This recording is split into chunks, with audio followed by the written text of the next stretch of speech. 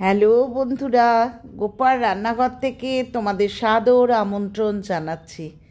বন্ধুরা, শীতকালের বিভিন্ন সবজিগুলো ঘুরিয়ে ঘুরিয়ে আমি নিয়ে আসছি। আজকে নিয়ে আসলাম হচ্ছে ছোট আলু, অর্থাৎ নতুন ছোট আলু। এই নতুন ছোট আলু দিয়ে আমি দম বানিয়েছি। তো এটা তো জানোই যে এখন নতুন আলু ওঠার সময় ছোট ছোট নতুন আলু দিয়ে দম করলে খুব ভালো লাগে। তার সাথে আছে হচ্ছে মটরশুঁটি। তো এই দুটো সংমিশ্রণে আমি একটি লাল লাল করে আলুর দম তৈরি করেছি, যেটা রুটি, লুচি, পরোটা, নান, রুমালি রুটি, ইভেন কি তুমি ফ্রাইড রাইস, পোলাও যার সাথেই খাও না কেন, নিদিন পক্ষে ভাতের সাথেও খারাপ লাগে না, তাই তো? তো এবার সবাই তো কম বিস্তর বানাও বন্ধু, কিন্তু আমি কিভাবে করেছি এবং কিভাবে এত সুন্দর রং হয়, কিভাবে আমি এই জিনিসগুলোকে তৈরি করি, একটু তোমাদের কাছে শেয়ার করি, নিজেরও খুব ভালো লাগে। তো ছোট আলুকে প্রথমে আমি সেদ্ধ করে নিয়েছি।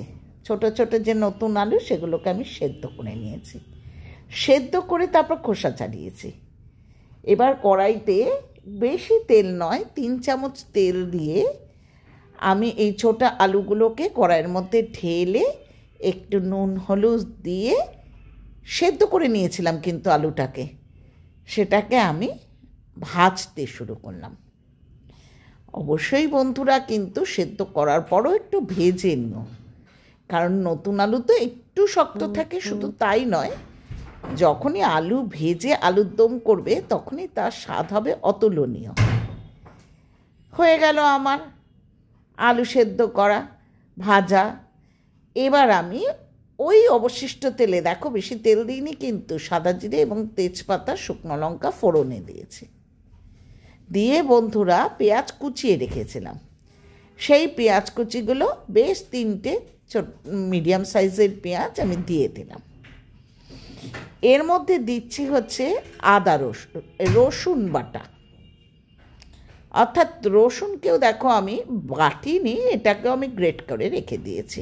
অর্থাৎ গ্রেটও করিনি, এটা আমি খলনুড়িতে থেতো করে নিয়েছি রসুনটাকে। ঠিক আছে বন্ধুরা, এবার ভালো করে ভাজতে শুরু করলাম।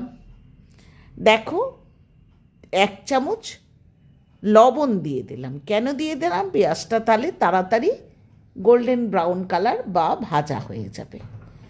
এবার আমি একটা মশলার পেস্ট করেছি, 3টে টমেটো, 1 ইঞ্চি থেকে 1.5 ইঞ্চি আদা, 2টো শুকনো লঙ্কা এবং 2টো কাঁচা লঙ্কাকে মিক্সিতে চালিয়ে পেস্ট তৈরি করে নিয়েছি। এই পেস্টটার মধ্যে দিয়েছি হচ্ছে 1 চামচ হলুদের গুঁড়ো, 1.5 চামচ কাশ্মীরি লঙ্কার গুঁড়ো, 1 চামচ ধনের গুঁড়ো এবং 1 চামচ জিরের গুঁড়ো। এবার বন্ধুরা মশলাটাকে খুব ভালো করে কষাতে শুরু করলাম। 1 চামচ চিনি দিলাম, কারণ স্বাদটা তাহলে ব্যালেন্স হবে। আমি তো সব সময় বলি বন্ধুরা, কারণ মশলাটা খুব ভালো করে কষানোর দরকার রয়েছে। পাশে গরম জল হতে দিয়েছি, সেখান থেকে গরম জল একটু ঢেলে আবার আমি মশলাটাকে কষাতে শুরু করলাম, অর্থাৎ আংশাতে শুরু করলাম। আমি এই মশলা আংশানোটার উপর ভীষণভাবে গুরুত্ব দিই, কারণ যে কোনো সবজি তুমি রান্না করো না কেন, সেটা কি ভেজ কি নন ভেজ, এই আংশানোর উপরই কিন্তু তার স্বাদটা নির্ভর করে। এবারও দেখো বন্ধুরা আমার মশলাটা ভালো করে কষানো হয়ে গেল। আমি তো গরম জল পাশে করতেই দিয়েছি, তো আবার খানিকটা জল, কিন্তু গরম জল আমি এতে ঢেলে দেবো।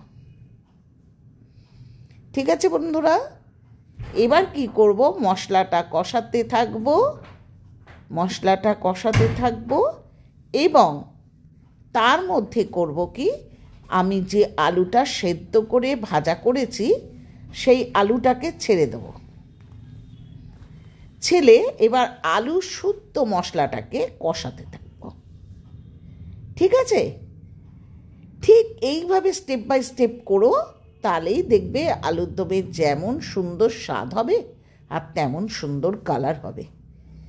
এইবার তার মধ্যে আমি মটরশুঁটিগুলো ছাড়িয়ে রেখে দিয়েছি। বন্ধুরা, প্রথম থেকেই বলছি যে মটরশুঁটি যখন অত্যন্ত কচি হয় না, তাকে প্রথম থেকেই দিয়ে দেবেন না, তাহলে কিন্তু চোখে আর মটরশুঁটি দেখতে পারবেন না, সব গলে চাতু হয়ে যাবে। এবার মটরশুঁটি দিয়ে দিলাম, হয়ে গেছে আমার আংশানো। দেখেছেন কি দারুণ টপ ক্লাস কালার হয়েছে। আপনি যদি ট্রেনে করে কোথাও জার্নি করেন, কোথাও জার্নি করার আগেই বলুন, আর কোথাও পিকনিকে যাচ্ছেন, এরম কষা কষা আলুর দম কিন্তু তুলে নিয়ে যাবেন, কারণ আলু অলরেডি সেদ্ধ হয়ে গেছে। বেশ কষা কষা আলুর দম খেতেও ভালো লাগে। এরপর আমি যে পরিমাণে ঝোল রাখবো, উপযুক্ত পরিমাণে ঝোল ঢেলে দিলাম, দিয়ে টকবক করে ফুটতে দিলাম। বন্ধুরা, আমি একটা জিনিস সবসময় বলি যে আমি এখানে ধনে পাতার কুচি দিয়েছি, তাই আমি গরম মশলা বা ঘি কিন্তু ইউজ করব না, কারণ দুটো একসাথে দেওয়া মানে কিন্তু একটার গন্ধ কিন্তু ঢাকা পড়ে যায়। অর্থাৎ ধনে পাতা দিলে ধনে পাতাই দেবো, গরম মশলা ঘি গরম মশলা দিলে ঘি গরম মশলাই দেবো। আমি দুটো কিন্তু একসাথে দেব না, যেটা আমি বারবার পায়েসের ক্ষেত্রেও বলি যে যদি আমি খেজুরের গুড়ের পায়েস করি তাহলে শুধু গুড়টাই দেবো, আর যদি খেজুরের গুড়ের পায়েস করি তাহলে শুধু গুড়টাই দেবো, সেখানে কিন্তু আমি কোনো ছোটো এলাচ ব্যবহার করব না। আর যদি আমি গুড় ব্যবহার না করে চিনি ব্যবহার করি তাহলেই কিন্তু শুধু ছোটো এলাচটা দেবো, কারণ একটার গন্ধ আর একটায় আটকে গেলে কিন্তু সেটা কিন্তু ভালো লাগে না, খেতে ভালো লাগে না। তো আমি সেই জন্য শুধু ধনে পাতাটাই ইউজ করলাম। এখানে আমি কোনো কাসুরি মেথি দিইনি, আমি কোনো গরম মশলা দিইনি, কোনো ঘি দিইনি, শুধু ধনে পাতা কুচি দিয়েছি। দেখুন, খেয়ে দেখুন কীরকম হয়েছে। আমি তেঁতুলের পাল্প দিয়েও আমি করে কিন্তু অন্য আলুর দম, ছোটো আলুর দম দেখিয়েছি। প্লেলিস্টে চলে গিয়ে কম্বো ডিশের মধ্যে কিন্তু পেয়ে যাবেন। ঠিক আছে বন্ধুরা, এই হলো আমার কষা কষা ছোটো আলুর, নতুন আলুর দম। আজ আসি, পরের দিন আসবো আবার নতুন কোনো আইটেম নিয়ে। পুরনো বন্ধুরা এইভাবে কমেন্ট করো, নতুন বন্ধুরা চ্যানেলটা সাবস্ক্রাইব করো, লাইক করো, কমেন্ট করো, শেয়ার